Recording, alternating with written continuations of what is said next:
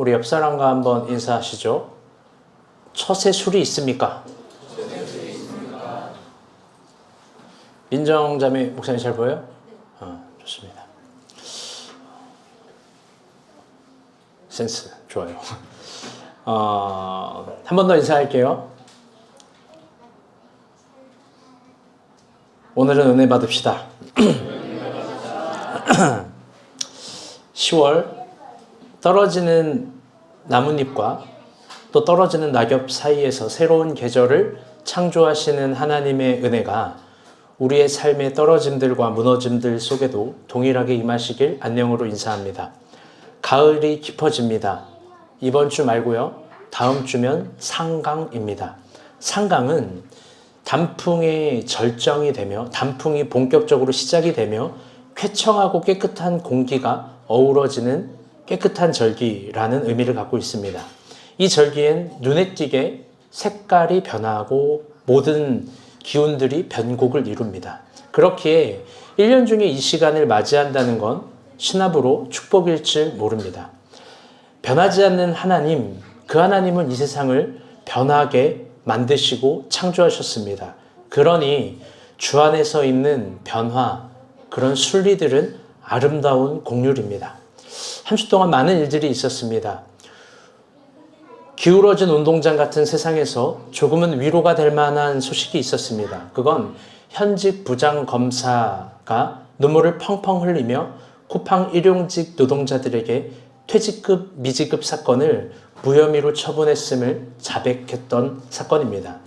그는 자신의 잘못을 인정하고 근로자들이 200만 원 정도의 퇴직금이라도 신속하게 받았으면 좋겠다라고 하며 부적절한 행동에 공모했었던 모든 공무원들도 함께 처분을 받았으면 좋겠다라고 용기 있게 이야기를 했습니다.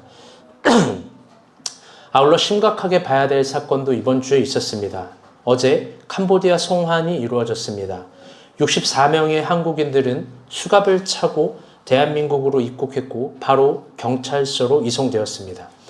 이들은 캄보디아에 있는 한국인으로서 웬친이라고 불리는 범죄 조직입니다.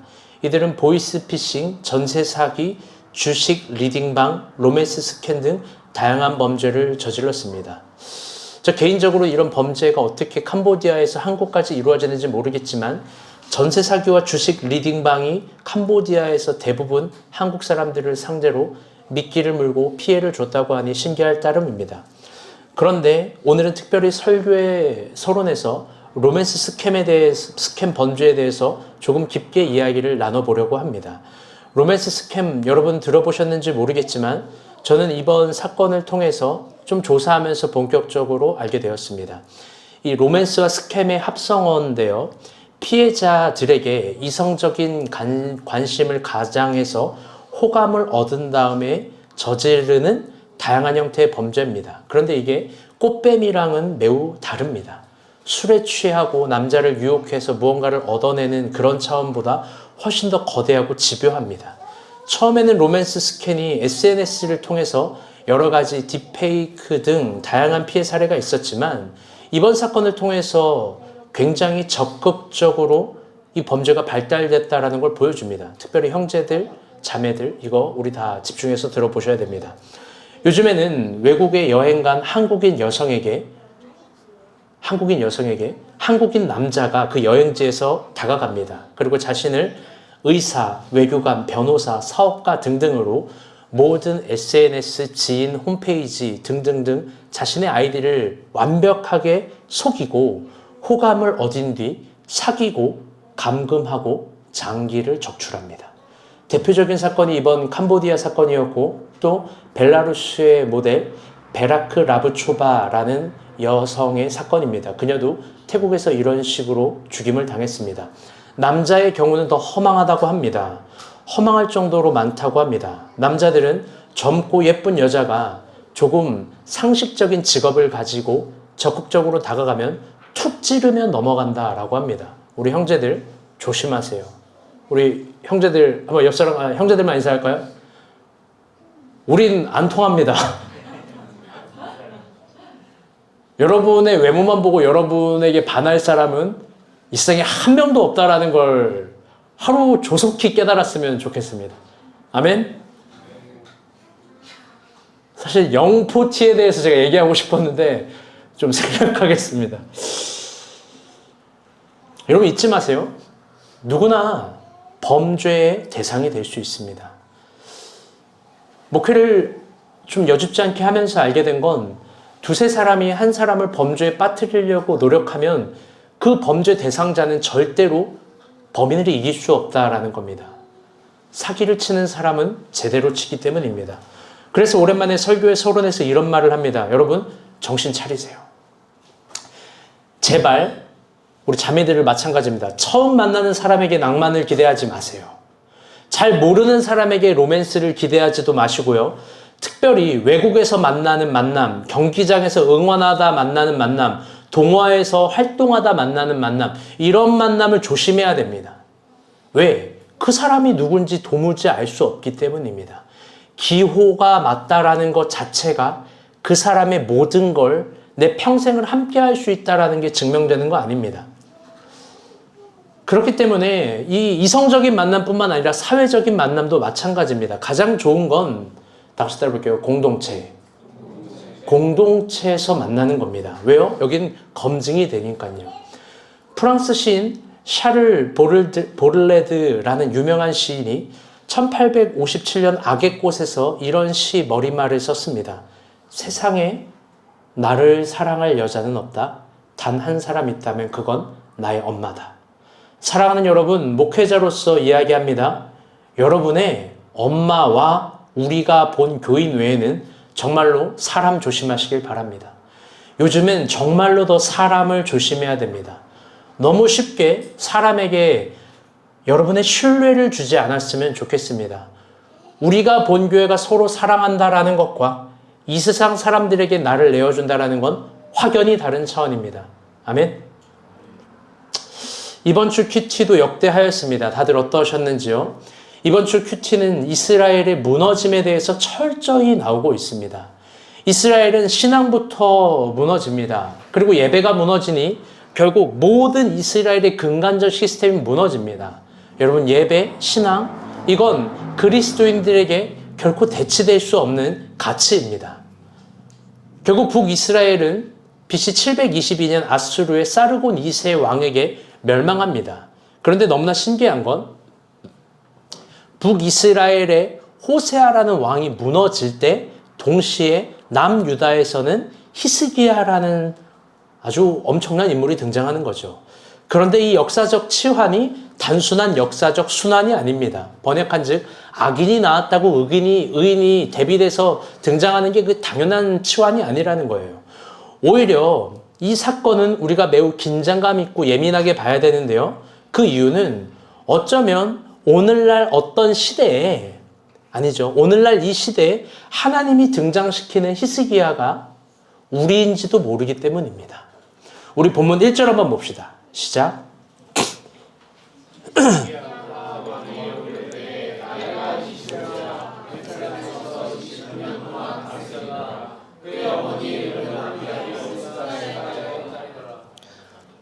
아멘.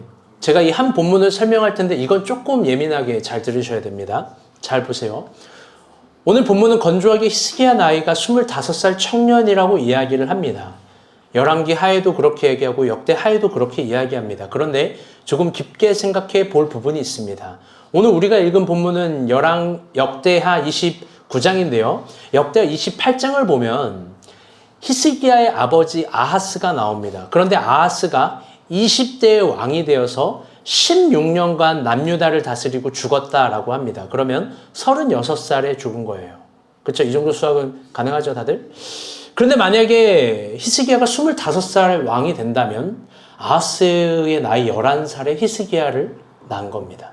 즉 무리수가 있고 말이 안 됩니다.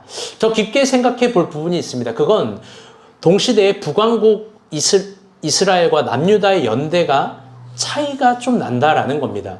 북왕국 마지막 왕인 호세아의 통치가 731년인데요. 만약 호세아 3년에 본문에 그대로 히스기야가 등장했다면 그건 주전 728년이 됩니다. 쉽게 이야기하면 남유다와 북이스라엘의 역사 연도가 대략 14년 정도 차이가 납니다. 그렇다면 히스기야의 25살 나이는 히스기야의 39살일 수도 있습니다. 여러분이 볼 땐 히스기야 나이가 25살인지 39살인지 그 별로 중요하게 생각되지 않을지도 모르겠습니다. 그런데 신학을 전공한 저에겐 1년만 차이 나도 매우 중요한 겁니다. 왜? 1년 그 단 하나만의 차이로도 주변의 역사와 모든 걸 새롭게 다시 해석할 수 있기 때문입니다. 사실 여러분도 그럴 겁니다. 누가 내 나이에 한 살이라도 더 어리게 보면 좋아하고, 그렇잖아요. 허연이 권사님도 어리게 보면 좋아하잖아요. 한 살이라도 더 많게 보면 우리 엄마도 싫어할 것 같아요. 한 살이라도 더 많게 보면 싫어합니다. 그렇기 때문에 1년 차이는 굉장히 중요한 겁니다. 결론적으로 저는 히스기야 나이를 39살로 봅니다. 그럼 39살 히스기야라는 본문의 해석으로 이 사건을 한번 보려고 합니다. 본문 1절을 보면요, 히스기야 나이를 깊게 통찰하면서 본문의 의미를 더 깊게 탐독할 부분이 있습니다. 그건 히스기야가 근 40년 동안 40살이 될 때까지 천천히 이스라엘이 무너지는 장면을 목도한 겁니다. 25살 청년은 한 나라가 멸망할 때 특별하게 예민하게 존재의식, 전제의식, 역사의식을 가지지 않을 수 있습니다. 그런데 한 40살이 된 한 나라의 젊은이, 지성과 판단력과 결정력과 그리고 영감이 좀 살아있는 그 나이 때 한 나라의 역사와 국운이 멸망하는 걸 볼 땐 매우 다양한 감정이 들고 정확한 분별력이 생기는 겁니다. 보통 이스라엘의 왕자들은 왕자 교육을 통해서 이스라엘의 역사를 배웁니다. 그런데 히스기야는 교육이 아니라 실제로 북이스라엘이 아수르의 사르곤 2세 왕에게 무너지는 걸 직접 봅니다. 그걸 직접 봐요. 아주 옆에 있는 나라, 우리로 따지면 북한 같은 그런 거리감이죠. 그런데 그가 본 건 단순히 국력이 약해져서 무너진 북이스라엘이 아니라, 이게 중요한 건데요, 처세술로 망한 이스라엘의 역사를 본 거예요. 북이스라엘은 남유다와는 좀 다르게 땅덩어리는 남유다보다 8배, 10배 컸지만 처세술을 엄청 펼쳤고요. 외교라는 이름으로. 그 결론적으로 처세술로 무너진 겁니다. 히스기야는 그걸 본 거예요. 그렇다면 북이스라엘은 어떤 처세술을 펼쳤는지 한번 봅시다. 이 사진인데요. 이 좀 전공 서적으로 볼 수 있는 건데요. 좀 제가 막 글도 썼어요. 이 빨간색 살만에셀 5세, 사르곤 2세, 이거 보이시나요? 이게 뭐냐면 아수르 왕국의 왕이 살만에셀 5세가 있었는데 그 5세 왕이 점정기 때 모든 걸 평정했을 때 죽었고, 그 아들이 아니라 또 사르곤 2세라는 어마어마한 강력한 카리스마 있는 인물이에요. 그가 반역으로 또 아수르를 통치한 거예요. 그런데 이 화살표 방향이 뭐냐면 죄다 북이스라엘의 호세아, 저 9년 보이시나요? 호세아라는 왕이 외교 정책을 펼치고 처세술을 펼쳤던 방향이에요. 그는 처음에는 이 디글랏빌렛의 3세, 그러니까 바벨론과 침략이 아니에요. 외교술을 펼치고 쭉쭉 이쪽으로 가다가, 두 번째는 아시리아로 가다가, 그 세 번째는 또 사르곤 그 페르시아 쪽으로 가다가, 마지막에는 호세아 소에게 도움을 요청합니다. 이게 뭐냐면 이집트예요. 이집트에게 도움을 요청합니다. 즉 주변에 있는 모든 나라들에게 외교술과 처세술을 펼친 거예요. 결과는 어땠을까? 우리 한번 다시 저를 봐주세요. 이게 사진 넘겨놓고 페이지로 가주세요. 네, 저를 봐주세요. 본래는 북이스라엘이라는 지역은요, 북쪽 아까 봤지만 그 아람 지역과 그 위에 아수르라는 지역 사이에 껴있는 나라입니다. 그런데 북이스라엘은 아수르라는 나라를 대항하기 위해서 신흥 강국인데요, 뭐를 선택했냐면, 지금 북이스라엘의 처세술이에요, 아람이라는 나라와 동맹을 맺었습니다. 상식적입니다. 그런데 북이스라엘보다 아래에 있는 남유다는 재미있게도 오히려 아람을 경계했어요. 아람을 더 믿을 수 없다고. 그래서 아람과 경계를 했기 때문에 남유다는 이 아시리아와 동맹을 맺었어요. 지금 이해되시나요? 북이스라엘은 누구랑 동맹을 맺었다고요? 아람이랑 동맹을 맺었고 그 다음에 남유다는 아수르와 동맹을 맺은 거예요. 서로 동맹을 맺은 국이 서로 경계가 된다라고 판단을 한 거예요. 한 나라였으면 이러지 않았겠죠. 그런데 결론적으로 북이스라엘은 또 이게 경계가 된다고 해서 바벨론이랑 친교를 맺고 또 경계가 된다고 해서 누구랑 경계를 맺고 친교를 맺고 마지막에 그의 처세술은 뭐였냐면 가장 힘이 없는 이집트까지 동맹을 맺은 거예요. 그런데 어떤 결과를 맞았을까? 결론적으로 북이스라엘은 아수르의 힘에 굴복되고 마지막 그의 왕인 호세아는 아수르의 숙국으로 굴복되고 본문을 보면 아주 많은 조공을 바칩니다. 그런데 시간이 지나자 북이스라엘이 뭐를 했냐? 그때 조공을 바치고 끝나면 되는데 아까 저 사진의 마지막 뭐를 했냐면 그가 이집트와 또 동맹을 맺습니다. 그러면서 이집트와 동맹을 맺으면 아수르로부터 우리가 보호받는다라고 생각했던 거죠. 그런데 결론적으로 아수르가 어라 이것 봐라 하면서 북이스라엘을 치니까 이집트는 도와주기는커녕 도망갑니다. 그리고 북이스라엘이 그냥 멸망해버려요. 이게 북이스라엘의 마지막 역사예요. 즉 그들의 처세술, 그들의 외교술은 그들에게 도움을 주지 못합니다. 잘 생각해 봅시다. 한 나라의 가장 똑똑한 경제, 정치, 문화, 외교의 사람들이 만나서 국제사회와 자신의 국익을 위해서 다양한 처세를 연구했는데 망합니다. 망해요. 이 역사의 교훈을 짧게 정리하면 다음과 같습니다. 번역한 지 따라해 볼게요. 아무도 앞날을 모른다. 아무도 앞날을 몰라요. 왜냐하면 인간은요. 저번에도 이야기했지만 이걸 잊지 말아야 돼요. 처음부터 무언가를 완벽하게 선택할 수 있는 지적 능력이 없어요. 그래서 가장 큰 유혹은 나비효과 같은 거예요. 내가 그때 이걸 선택했어야 됐는데 내가 저걸 선택했어야 됐는데 그러면 많은 것들이 바뀌어 있을 것 같지만 사실은 그걸 선택한다 한들 게으르고 태만하고 하나님을 믿지 않는 나는 동일한 결과를 얻을 확률이 아주 높습니다. 생각해 봅시다. 이권 앞에서는 이집트와 아수르도 적이 아니라 친구가 됩니다. 인간의 지성은 도무지 보이지 않는 걸 파악할 수 없어요. 그래서 20세기 가장 탁월한 외교관이라고 불리는 헨리 키신저, 예전에 설교 때도 설명했는데 미국의 가장 탁월한 외교관인데요. 그 사람이 이런 명언을 알리죠. 미국에게는 영원한 적도 영원한 친구도 없다. 오직 국익만 존재할 뿐이다. 여러분 이게 역사의 민낯이차 사실 인간 가운데 있는 적나라한 표정입니다. 우리는 이득만 되면 누구라도 쉽게 버릴 수 있고 이득만 되면 가장 미워했던 사람도 가장 절친이 될 수 있는 거예요. 그게 히스기야가 40년 동안 천천히 무너진 이스라엘을 본 역사의 진실이었던 겁니다. 그런데 그가 또 40년 동안 본 게 한 게 있습니다. 그건 뭐냐면 그의 아버지입니다. 오늘 본문 28장 22절부터 25절 봅시다. 시작.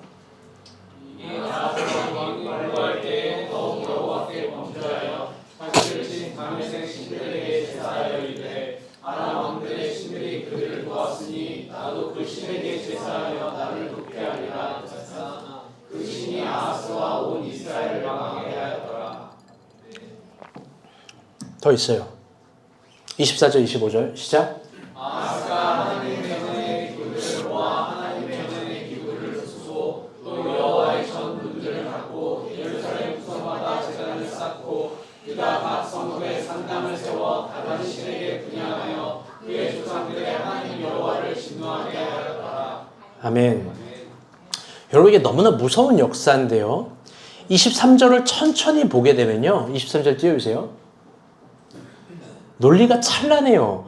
자기를 친 다메섹 신들에게 제사하여 이르되 아람 왕들의 신들이 그들을 도왔으니 나도 그 신에게 제사하여 나를 돕게 하리라. 그 신이 아하스와 온 이스라엘을 망하게 하였더라. 무슨 말이냐면요. 히스기야의 아버지 아하스는요. 자기를 친 다메섹 아람신 다메섹 신들에게 제사를 해요. 왜? 그들의 신이 우리의 적을 도왔으니까 내가 그 적들의 신을 섬기면 나를 돕지 않겠느냐? 여러분 논리적으로 틀린 말이 어디 있어요? 여러분 이런 식으로 접근합니다. 이런 말도 안 되는 말을 해요. 그러면서 그가 뭐를 하냐면 24절이에요. 이건 다시 한번 읽어볼게요. 시작.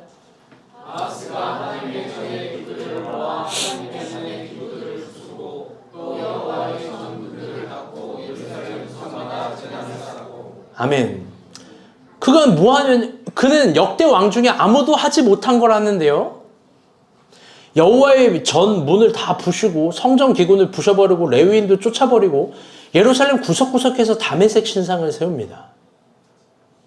즉 아하스는요 처세술 신앙이에요. 처세가 불리하면 쉽게 하나님을 버립니다. 그리고 다른 신을 쫓는 거예요. 번역한즉 40년 동안 히스기야는 이런 처세술 신앙을 가진 아버지를 본 거예요. 지긋지긋했겠죠. 혹은 혼돈스럽지 않았겠습니까? 그래서 히스기야는 위대한 왕이기 전에 축축한 물기를 머금은 비운의 인물이에요. 그가 물려받은 나라는 정령 망하기 일보 직전의 남유다예요. 여러분 그런 나라에서 뭐 선하고 아름다운 게 나올까요? 그런데 오늘 본문을 보면 그가 왕이 되고 첫 번째 한 일이 나옵니다. 그럼 뭐냐? 그가 어떤 일부터 했는지 한번 봅시다. 3절부터 5절입니다. 시작.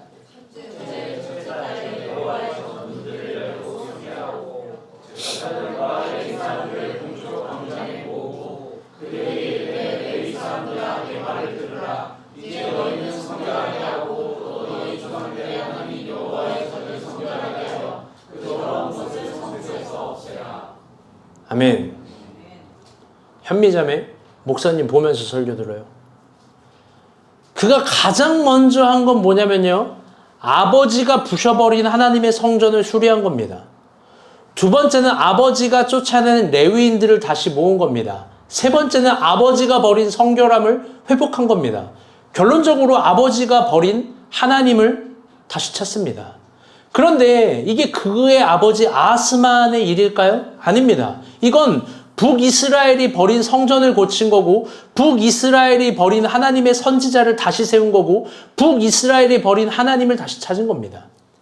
심지어 그는 역대기에 어떤 왕도 하지 못해낸 일을 처음부터 하는데요. 이게 히스기야의 위대함이에요.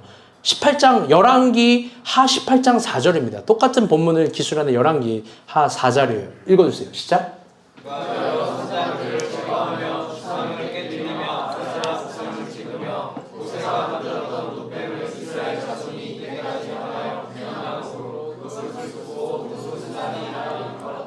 아멘.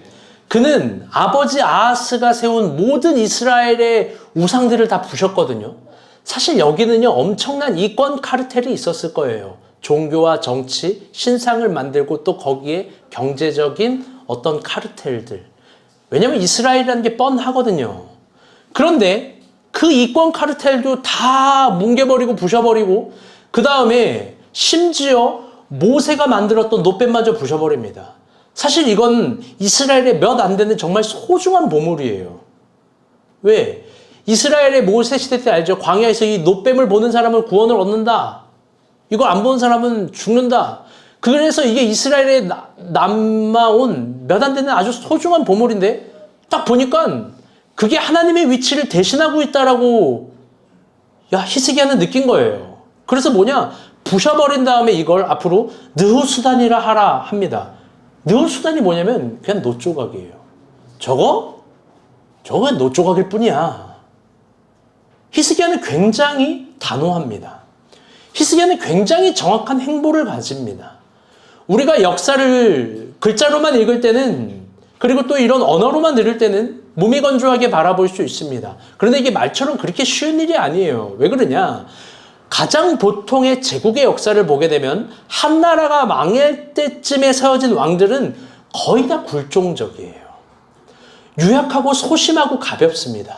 로마의 역사, 비잔틴 로마의 역사, 중국의 역사, 아니 우리나라 역사만 봐도 마찬가지입니다. 한 나라가 망할 때쯤 세워진 왕들은요 다 굴욕의 역사를 가지고 있어요. 그들은 자세를 고민하지 못해요. 그들은 처세만 고민합니다. 우리도 한번 깊게 생각해 봅시다. 만약 우리의 결정 가운데 우리가 한 나라의 왕으로서 우리 때문에 국군이 걸려 있다면 여러분 정말로 첫 번째로 여호와의 전을 수리할 수 있을까요? 두 번째로 여러분 레위인들을 다시 세울 수 있을까요? 세 번째로 온 이스라엘에게 선교를 선포할 수 있을까요? 여러분 이거는요 한 나라의 가장 전성기 때나 할 수 있는 자세예요. 더 나아가 이미 아하스 시대 때 아까 이야기한 그 모든 종교적 정치적 이권 카르텔을 다 부시기는 어려워요. 왜? 그 이권 카르텔이 자기에게도 이익을 줄 수 있으니까. 사람은 그리 멀리 못 봐요. 고작 내일을 정도 보는데 내일을 보는 걸로 미래를 해석할 수 있다고 생각한 거예요. 가장 먼저 보이는 건 뭐냐? 눈앞에 극명한 이권이에요. 사람 그거 보는 거예요. 그런데 그는 이스라엘의 처세를 거절하고 북이스라엘의 처세를 거절하고 아버지의 처세 신앙을 거세하고 이스라엘의 고유한 자세를 정확하게 합니다. 그럼 우리는 여기서 본문을 보면서 아주 깊게 궁금해해야 됩니다. 도대체 히스기야는 어떻게 이런 힘이 나왔을까요? 심지어 그의 아버지가 저렇게 망난인데 그 아버지를 보고 배웠다면 나도 비슷해야 되는데 어떻게 그는 대쪽같이 이렇게 정확할까요? 어떻게 그는 이 부분에 있어서 이렇게까지 단호할 수 있을까요? 여러분 그 이유는 정말 간단합니다. 단순합니다. 그가 이스라엘이 망한 이유를 이렇게 해석하기 때문입니다. 5절부터 9절입니다. 이거 정말 중요해요. 4절인데 우리 천천히 봅시다. 시작.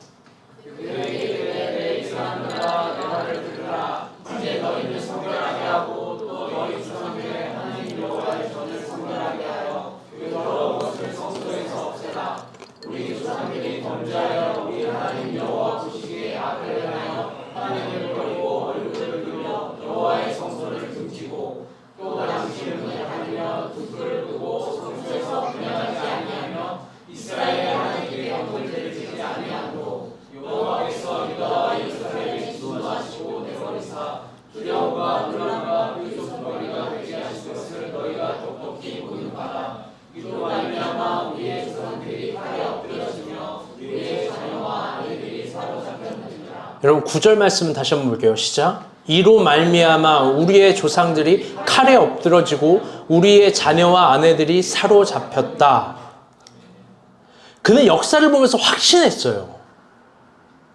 그가 이렇게 단호한 이유는 여기에 정말 확신했던 거예요.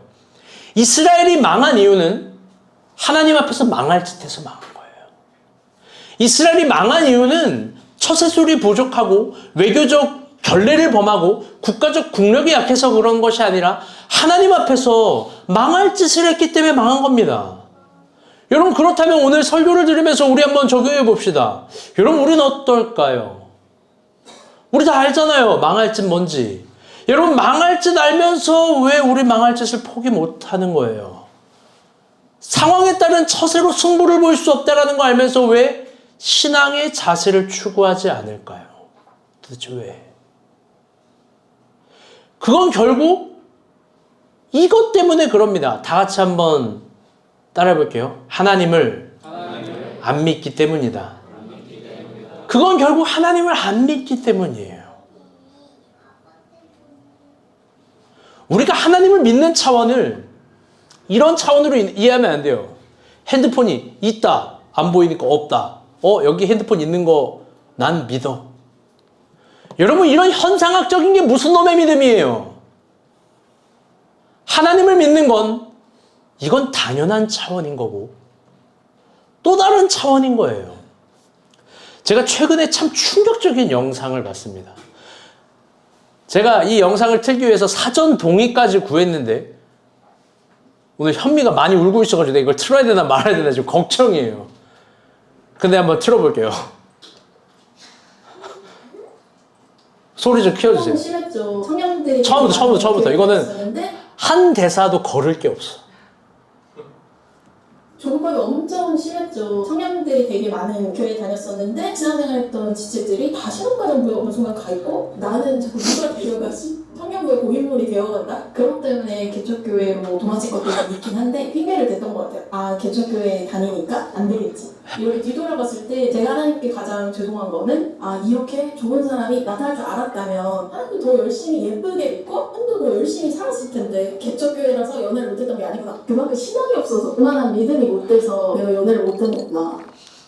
나는 현미가 말이 이렇게 빠르고 많은 걸 처음 알았어. 여러분,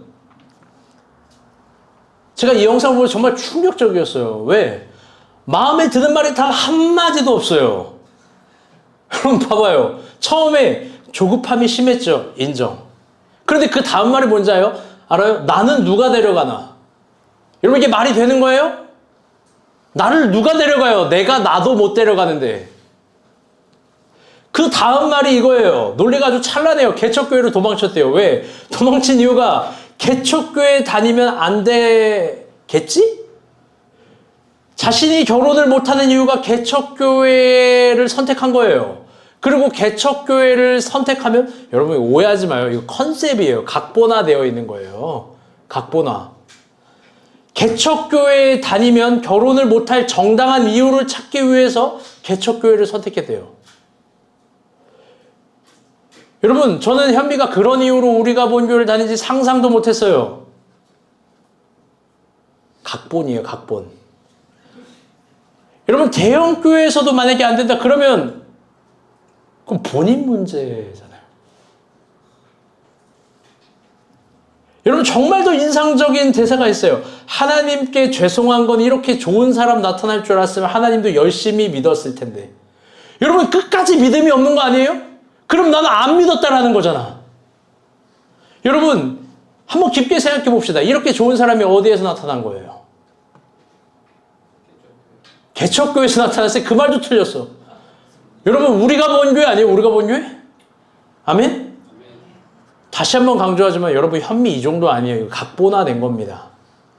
그런데 잘 들어봅시다. 여러분 다들 이 정도로 우리 여기서 자유할 수 있는 사람이 있습니까? 다들 이 정도로 하나님을 믿는 거 아니에요? 세워라 내워라 누가 나를 데리고 갈까? 내가 결혼하지 못하는 이유를 물어보면 나 개척교회 다닌다라고 대답해야지. 여러분 이 정도 처세로 믿는 거 아닙니까? 늘 못할 이유와 안 될 이유에 대해서 처세로서 준비로서 대답하고 있는 거 아니에요?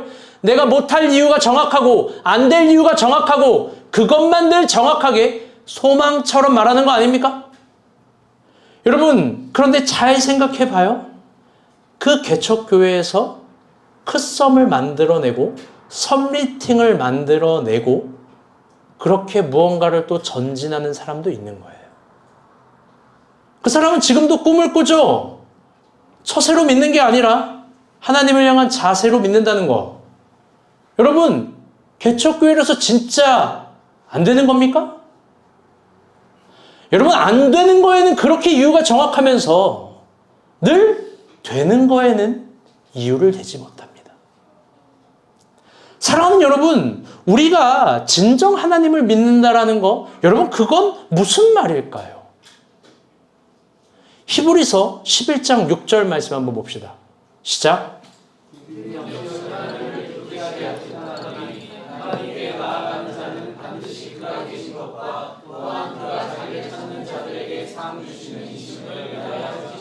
아멘. 한 번 더 크게 시작. 믿음이 없이는 하나님을 못하나니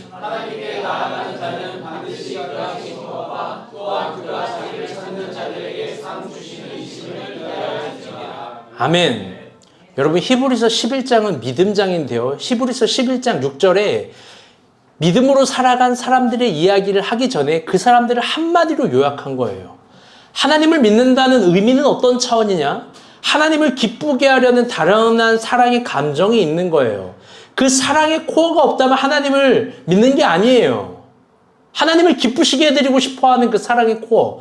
그런데 여러분 이 지점에서 신앙의 해석이 필요합니다. 그러면 도대체 어떻게 하나님을 기쁘시게 할 수 있는 거예요? 여러분 막 재롱을 떨어야 될까요? 노래를 불러야 될까요? 아니면 뭐 민정자매처럼 가판에서 막 이렇게 하늘을 나는 막 싸이 같은 춤을 춰야 되는 거예요? 아니면 내 감정, 내 마음이 기쁘면 여러분 하나님이 같이 기뻐하는 거예요? 참 신기하게도요. 성경에서 그런 믿음이 있었던 사람들은 모두 하나님을 기쁘시게 하려고 했었던 모든 믿음 있는 사람들은 공통점이 있는데요. 모두 자기를 위해서 살지 않았어요. 물리적 형태로 말하면 너무 초라하지만 이게 매우 진실한 말이에요. 그들은 모두 교회를 위해서 살았어요. 하나님이 맡기신 공동체를 위해서 살았어요. 그러니 교회를 위해서 살지 않는 신앙, 내가 교회를 위해서, 공동체를 위해서 지켜내거나 헌신하려 하지 않는 신앙은 결국 성장하지 못해요. 잘 생각해봐요. 한 사람의 신앙이 한 개인의 강화와 상승과 꿈과 비전만을 위한 거라면 여러분 그건 주술과 다름이 없을걸요? 여러분 잘 봅시다. 로마서, 갈라디아서, 고린도 전후서, 에베소서, 빌립보서 뿐만 아니라 수많은 서신서들 다 교회 이름이에요. 교회를 위해서 살아가는 신앙을 위해서 쓴 책이에요. 한 개인의 강화, 우울함, 개인의 소원 성취를 위해서 신앙을 알려주는 성서가 아닙니다. 누가 내가 믿음이 좋다. 여러분 이걸 무엇으로 증명할 수 있는 거예요? 내가 하나님을 기쁘시게 할 수 있다. 무엇으로 증명할 수 있는 거예요? 예수 그리스도는 무엇으로 증명했습니까? 여러분 그건 결국 십자가예요. 누군가의 구원을 위해서, 누군가와 함께하기 위해서, 누군가를 지키기 위해서.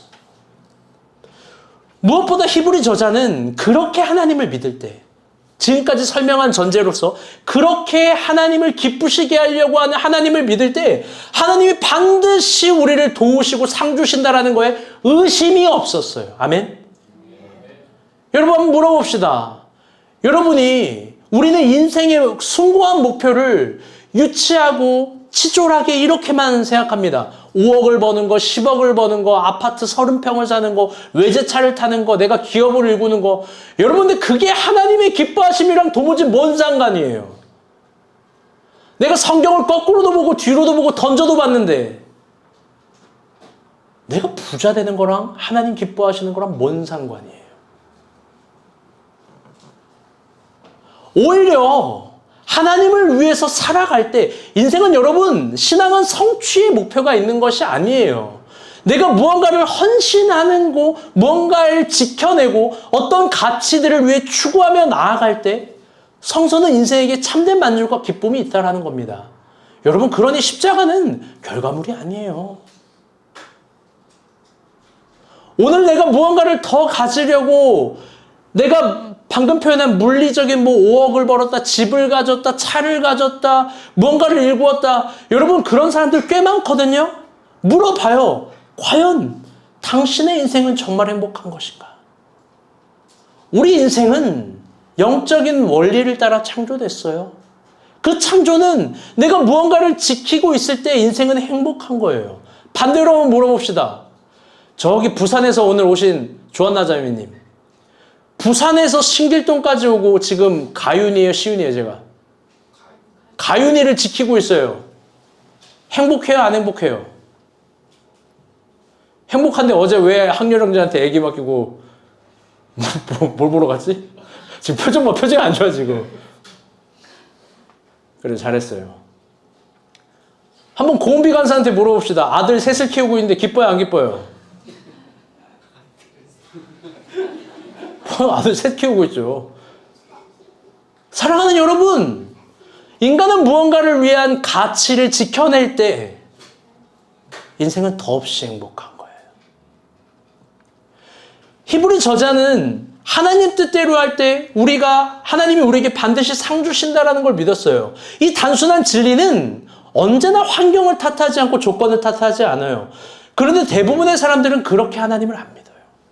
더 나아가 교회를 위해서 살아가는 신앙, 그거 손해라고 생각해요. 그런 신앙을 가질 때 하나님이 나를 돕는다? 전혀 믿지 않아요.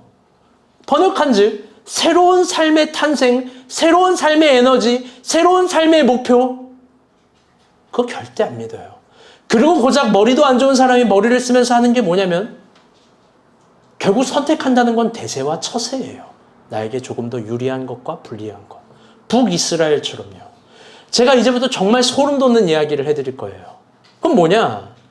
저는 이게 오늘 설교 이 부분이 정말 소름 돋는 대칭을 갖고 있어요. 잘 들어봐요.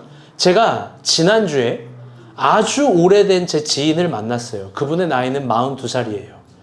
20년 동안 42살인데 한 번도 연애를 못 해봤대요. 자매님이에요. 직장도 20년 전에 계약직으로 들어간 그 회사에 계속 다녀요. 월급이 20년 동안 안 올라요. 지원관사 우울해요, 안 우울해요? 우울해요? 근데 야근해서 5만 원 주면 행복해요, 안 행복해요? 다들 그래요. 어떻게 거기에 행복을 느꼈어? 한번 물어봅시다. 20년간 월급도 안 오르고 너무 지쳤대요. 근데 혼자를 잃고 상담을 받고 싶어서 저에게 10년 만에 연락을 했어요. 제가 알고 있었던 교회 누나였어요. 참고로 그분은 한 청년부가 500명 정도 다니는 교회를 다니고 있어요. 제가 물어봤어요. 하나님 믿는데 왜 직장 안 옮겨요? 다른 거 도전도 해보지. 그러니까 대답이 이래요. 하나님 꿈 안 주셨어요? 내가 이랬어요. 하나님 비전 안 줬어요? 그러니까 그분이 저에게 이래요. 이러한 목사님, 나에게 이거보다 좋은 직장이 없어. 그래서 제가 대답했어요. 아니, 그렇게 좋은 직장 다니면서 그럼 왜 스트레스 받고 이렇게 우울해요? 그것보다 좋은 직장이 없다면서. 어차피 변하지도 않을 거면서 은혜는 왜 구하는 거예요? 막 제가 핀잔 주고 좀 오랜만에 만났는데 막 혼냈어요. 그러니까 대답이 이래요. 사실 나 이거밖에 못해. 여러분 너무 형편이 없어요. 도대체 뭘 교회에서 배운 거예요? 도저히 못 들어주겠어요. 그런데도 너무 괴롭고 연애 때문에 괴롭고 뭐 변하고 계속 그런 얘기를 하는 거예요. 그래서 제가 상담 후에 이런 말을 조심스럽게 직립적으로 했어요. 새로운 삶의 탄생이 여전히 있으니 우리가 본교회 한번 와보세요. 그러니까 그분 말이 이런 말을 해요. 이것 때문에 소름이에요. PPT. 제가 읽어드릴게요.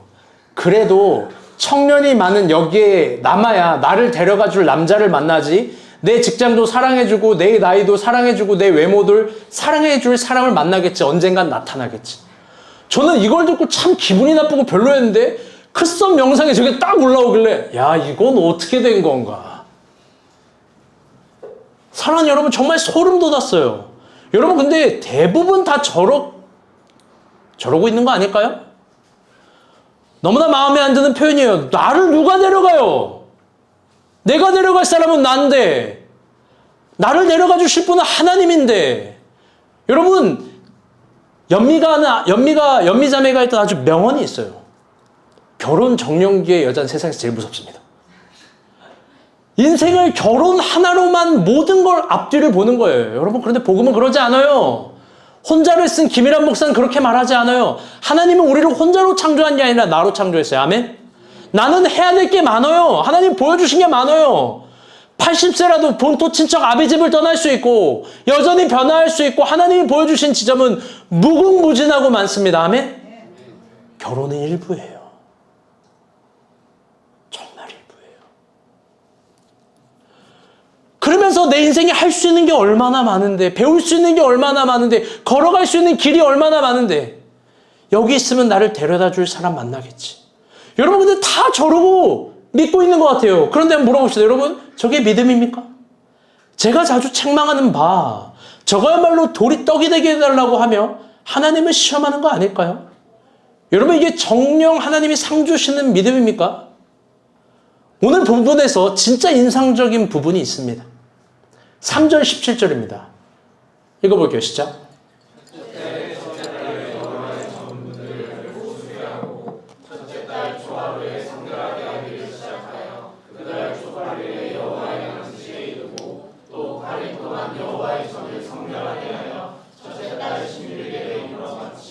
아멘.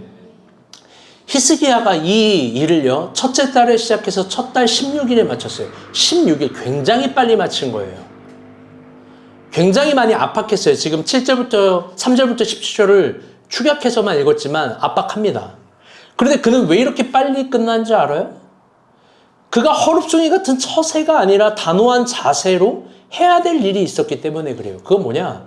열왕기하 18장 7절 봅시다. 시작.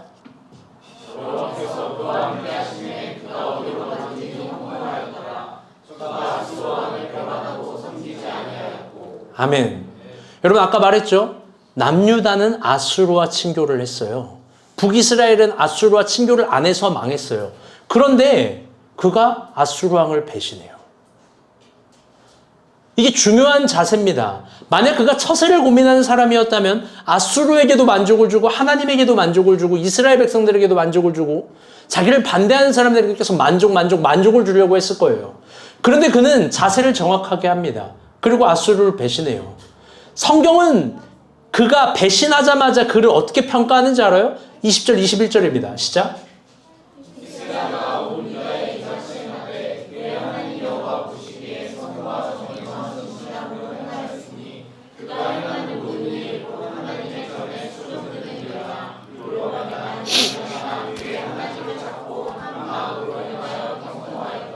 아멘.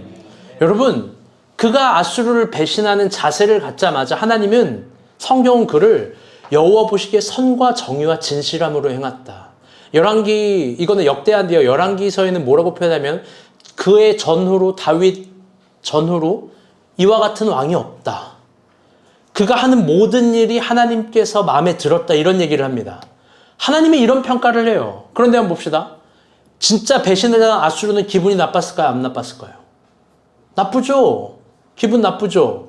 그러니까 32장 1절에 바로 이렇게 됩니다. 이게 31장 마지막인데 32장 1절에 이렇게 돼요. 시작.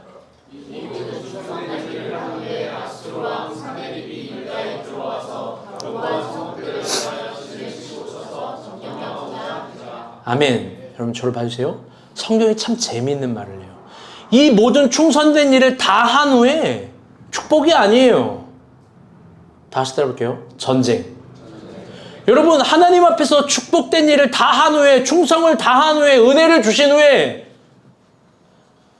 하나님께 엄청난 순종을 한 후에 축복이 아니라 전쟁, 피할 수 없는 전쟁입니다. 하나님 바로 전쟁 줘요. 왜? 대부분 전쟁을 줘요. 왜? 이기라고. 제발 이번에는 이겨보라고. 너가 도망친 걸로부터 이겨보라고. 아수르 이길 수 있다고. 여러분 히스기야가 전쟁한 저 아수르는 북이스라엘을 멸망하게 한 그 아수르고 잔인한 아수르고 거대한 아수르고 대세인 아수르입니다.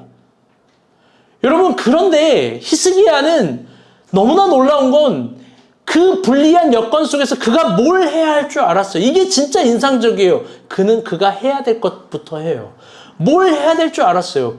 이게 2절부터 5절인데 이게 너무 중요해요. 읽어볼게요. 시작.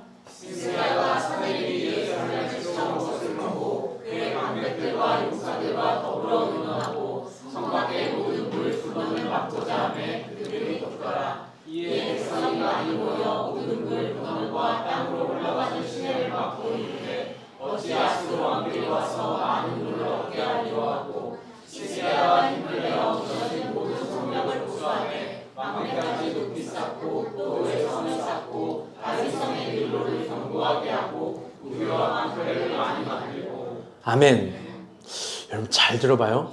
중요합니다. 잘 들어봐요. 히스기야는 자세를 정확하게 하고 자기가 이날을 기다린 것처럼 행동합니다. 어떻게 하냐? 먼저 아수르로 흘러가는 물을 끊어버려요. 사내립이 쳐들어온 거 보고 그 다음 내가 뭘 해야 될지 정확히 아는 거예요. 여러분 지금 이들이 마주한 직면은 계곡이에요. 예루살렘 성 바로 아래 계곡이 있어요. 그 엄청난 계곡, 산골짜기거든요. 계곡이 아니라 산골. 그 아래서 물을 딱 끊어버렸어요. 아마 생각지도 못했겠죠. 물을 끊고 나서 뭐를 하냐? 4절 보게 되면요. 물을 끈 다음에 여러분 5절 보게 되면 이래요. 5절 인간사님이 크게 읽어주세요. 빨간색 글씨만 시작. 모든 성벽을 보수하되 망대까지 높이 쌓고 또 외성을 쌓고 다윗 성의 밀로를 견고하게 하고 거기까지. 뭐를 하냐? 외성을 더 높이 쌓고 망대를 더 높이 쌓고 히브리어로 보면 쌓고 또 쌓고 쌓고 또 쌓고예요. 여러분 저 예루살렘의 지형은 산골짜기예요. 예루살렘이 굉장히 높아서 요새라는 별명이 있는 거예요. 그런데 더 높게 쌓고 더 높게 쌓고 더 높게 쌓고 물을 끊어버렸어요. 태양이 비출 때 아수르 사람들은 예루살렘이 갑자기 커 보였을 거예요. 자기의 군대보다. 물이 없다라는 걸 판단했을 때 그들은 긴장했을 거예요. 그리고 저녁에 횃불이 올라오면서 전쟁도 하지 않고 대치만 하고 있는 거예요. 끝까지. 대치를 할 때 믿는 구석이 있는 건가? 의심했을지도 몰라요. 마치 이스라엘이 작지 않고 더 크게 보이는 것처럼 합니다. 그리고 이스라엘 안에서는 그 경계와 밖에서 정말 멋진 말을 해요. 7절, 8절입니다. 시작.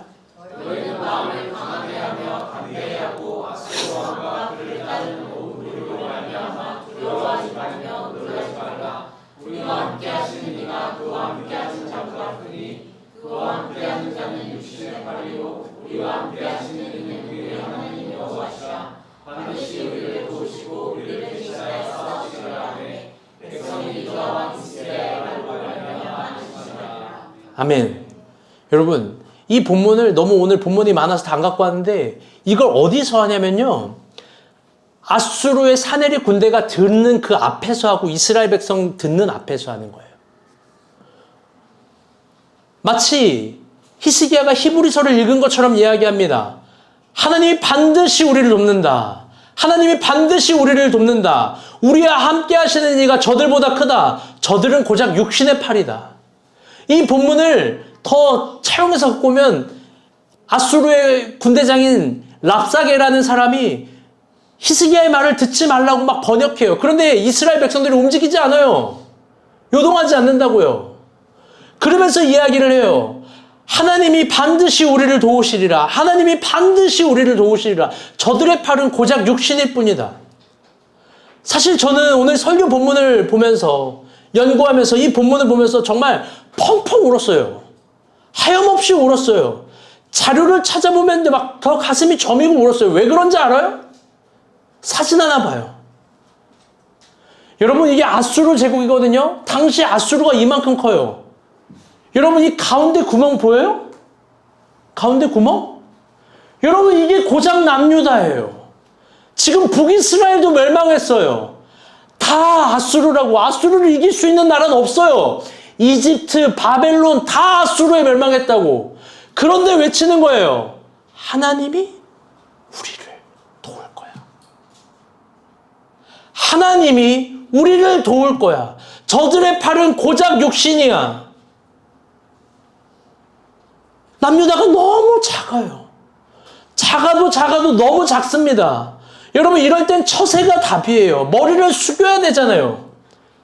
그런데 그는 하나님이 도우신다라는 걸 정말로 아수르보다 크게 본 거예요. 여러분 그런 결과가 어떻게 되었을까? 21절, 23절입니다. 봅시다. 시작.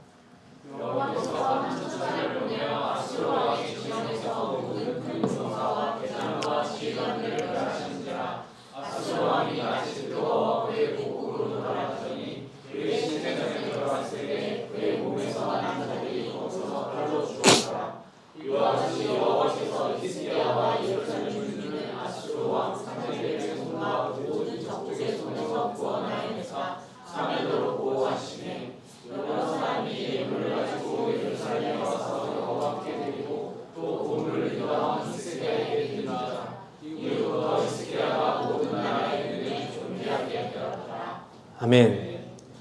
여러분 저는 정말 저 본문을 오랜만에 설교 준비하면서 정말 펑펑 울었어요. 여러분 히스기야가 믿음대로 이겼잖아요. 성경의 역사를 문자와 글자로만 볼 땐 감동이 없겠지만 조금만 더 깊게 보면 여러분 저는 히스기야의 사생결단이 보이는 거예요. 사랑하는 여러분, 믿음은 나에게 더 좋은 걸 선택하는 고작의 처세술이 아니에요. 여러분 신앙이라는 건요, 그냥 이렇게 하면 나에게 더 이득이 되고 강화가 되고 나에게 더 유리하겠지라고 생각하는 어떤 계산적 선택이 아니에요. 어떤 부분은 사생결단을 해야 되는 거예요. 여러분 믿음대로 이깁니다. 아멘. 처세술로 얻긴 뭘 얻어요? 북이스라엘은 처세술로 결국 나라를 붕괴시켰어요. 아하스는 처세술 신앙으로 남유다를 말아먹었어요. 그런데 히스기야는 하나님 앞에서 처세가 아니라 아름다운 자세로 이스라엘을 구원합니다. 여러분 정말 우리는 그걸 믿습니까? 원래 오늘 설교 제목 이거였어요. 누가 나를 데려가줘. 여러분, 누가 내 인생을 데려가줘요? 사랑하는 여러분, 엄밀하고 냉정한 이야기 할게요. 정현미 자매, 이성민 형제 믿지 마요. 여망열 형제, 조한나 자매 믿지 마요. 진짜 안 믿는 표정으로.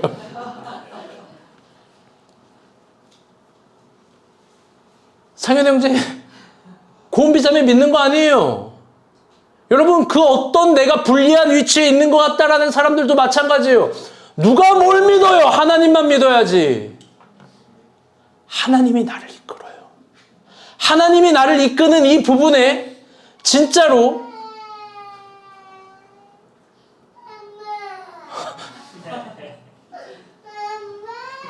알았어요. 설교 끝내라고 저렇게 오네. 아직 안 끝났어. 최하에게 질 수가 없지. 여러분, 하나님이 나를 끄시는 이 부분에 대세와 처세를 따르지 말고 사생결단으로 그분이 따르는 대로 가는 거예요. 이 세상에 가장 위대했던 것들은 작은 것들부터 시작했던 겁니다. 하나님이 함께 하실 때 이스라엘의 구원이 임합니다. 아멘? 이번 주에 참 신기한 주였습니다. 이번 주에 지원 간사가 너무 힘들어 보이는 거예요. 그리고 용식 목자도 항상 싱글생글 웃는 용식 목자도 얼굴이 흑빛이고 잿빛이에요. 너무 바빠요. 봤는데 저기 안에 있는 사람들이 다 표정이 어두워요. 야, 내가 생각했어요. 저기에선 절대 일하고 싶지가 않다. 배달기사도 3명, 4명이 왔는데 다, 아씨, 언제 줘? 다 이러고 있어요. 막 눈에 불이 켜고, 막 불이 나가고, 막, 저기는 광야예요. 물 한 모금도 없는 광야. 제가 그래서 어제 엊그저께 궁금해가지고, 아니, 쟤네 저렇게 요즘 많이 팔리고, 여러분, 별로 남는 것도 없어요. 그런 건 고민하지도 마요. 쟤네 저렇게 바쁜데, 쟤네 몇 등 하지? 그리고 제가 봤거든요. 제가 놀랐어요. 사진 보여주세요. 여러분, 히즈볼 5.0 758개예요. 여러분 놀라지도 않아요? 여러분 잘 봐요. 한번 물어볼게요. 정영주 배달시키고 5.0 이런 거 남겨요? 난 한 번도 뭘 평점을 남겨본 적이 없어. 여망열 형제 남겨요? 남겨요? 히즈볼 남겼어? 나는 뭘 배달시키고 평점 이런 걸 남겨본 적이 없어. 그렇다면 저거는 한 10배 되는 수치 아닐까? 제가 봤어요. 보니까 제가 보는 순위로 영등포, 신길동, 대림동, 영등포동, 물레동, 당삼동 포함 배달 1등이에요. 아직 노량진, 여의도, 신도림을 진출하지 못했어요. 거기가 훨씬 더 잘 된 4군데가 있어. 거기 포함하면 4등이야. 그런데 거긴 모수가 달라요. 신길동까지 시켜 먹을 필요가 없겠지. 제가 봤어요. 영등포동, 신길동, 대림동, 물레동, 당상동 샐러드 가게를 조사해봤어요. 조사해봤어요? 몇 개인지? 몇 개예요? 네. 내가 설교 좀 해서 대략 조사했어. 대략 한 87개 정도 돼. 샐러드 가게 굉장히 많아요. 여러분 등판한 지 4개월 만에 1등이에요. 여러분 근데 한번 진지하게 물어봅시다. 진지하게 생각해 봅시다. 여러분 이게 될 만한 장사터예요? 내가 아무리 봐도 배달 기사님의 거친 숨소리밖에 안 들려. 택배 기사님의 짜증나는 화밖에 안 들려. 여기 막 이래 막. 여러분 여기가 장사가 될 만한 터가 아니에요. 이 3층 여기. 여러분 근데 이 공간에서 이 작은 공간에서 이 안 될 것 같은 공간에서 여러분 지금 아수를 때려잡은 거 아니에요? 여러분 다른 사람들은 비결을 물어볼 거예요. 여러분 전략을 물어볼 거고 레시피를 물어볼 거예요. 여러분 본인도 몰라요. 할 수 있는 말이 은혜밖에 없는 거 아닙니까? 여러분 처세술로 뭘 얻어요? 여러분 처세술로 뭘 이걸 해결할 수 있는 거예요? 지원 간사님이 앞도 못 보는 철없는 시절 몰기도에 이런 기도 제목을 썼어요. 영등포구에서 배달 1등이 되게 해달라고. 여러분 평일에 나의 얼굴도 보기 싫어. 맨날 안 좋게 인상만 쓰고 있으니까. 여러분 진짜 영등포구에서 1등이 되는 그날 표정이 어떨까? 여러분 그런데 이건 많은 자세가 담겨있는 기도죠. 많은 자세. 돈을 벌려고 하는 것 이상의 자세예요. 만약 이 자세가 하나님 앞에서 선한 거라면 여러분 어떨까? 저는 오늘 학렬 형제가 진짜 가족을 데리고 왔어요. 이제 퇴로는 없습니다.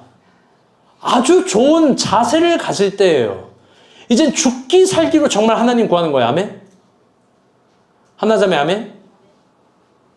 이제 앞일을 다 버려야 돼요. 하나님이 인도하시는 대로 또 가는 거예요. 갑자기 내가 집이 쫓겨난다. 아멘 하고 가는 거예요. 학원이 강남에서 영등포로 옮겨간다. 그러면 아멘 하고 가는 거예요. 왜? 하나님도 움직일 거거든요. 하나님도 움직일 거예요. 물어봐요. 아무도 우리 중에 그렇게 될 계획을 갖고 여기까지 온 사람이 없는 겁니다. 사랑하는 여러분, 진지하게 이야기합니다. 처세는 하나님을 못 믿습니다. 그런데 진정 아름다운 자세는 정말 하나님을 믿는 거예요. 그렇다면 진정 아름다운 자세란 뭐냐? 그건 진짜 내가 하나님을 믿는 자세는 단순합니다. 다 같이 따라보겠습니다. 내가 진짜가 되는 것. 내가 진짜가 되는 거예요. 가끔씩 우리도 모르게 큰 것을 동경할 때가 있어요. 내가 가지지 못한 것은 특별한 것이 있을 거라고 생각하는지 모르겠어요. 그런데 다 가짜예요. 그게 거짓말이에요. 우리가 진짜 동경해야 될 건 진짜가 되는 거예요. 거대해지는 것이 아니라 진짜가 되는 거예요. 제가 최근에 우리 교회 성도들 중에 들었던 심장이 뛰었던 설레었던 말 중에 하나가 있어요. 의연 형제가 했던 말이에요. 의연 형제가 여러분 저 연구하는 사람이잖아. 박사과정 준비하는 사람 똑똑해. 얼마나 우리와 다른지 교회를 다닐 때 수십 개 교회를 탐방한 거야. 저 똑똑한 사람이 탐방하고 우리가 본 교회를 선택했어요. 아멘? 여러분 처세로 생각한다면 다른 교회 갔겠죠. 여러분 그런데 진짜를 아니까 할렐루야. 의형제 아멘? 의형제가 꿈꾸고 바라는 모든 것들이 하나님께서 은혜를 주시리라 믿습니다. 아멘? 그럼요. 진짜가 될 때 하나님이 도우세요. 반드시 은혜를 주세요. 그리고 상을 주세요. 아멘? 그거 작지 않습니다. 그러니 기적을 원한다면 우리가 선지자가 돼서 광야로 나가는 수밖에 없습니다. 자주 말하지만 그날 골리앗을 쓰러뜨렸던 돌멩이 5개는 여전히 이스라엘 해변에 있습니다. 내 나이에 내 조건에 내 학력에 아무것도 할 수 없다고 말하는 사람 그 말대로 믿은 대로 될 겁니다. 그러나 그런 분들 하나님 피곤하게 은혜를 구하지 않았으면 좋겠습니다. 왜? 은혜를 줘도 결국 안 할 거니까요. 말씀의 결론을 맺겠습니다.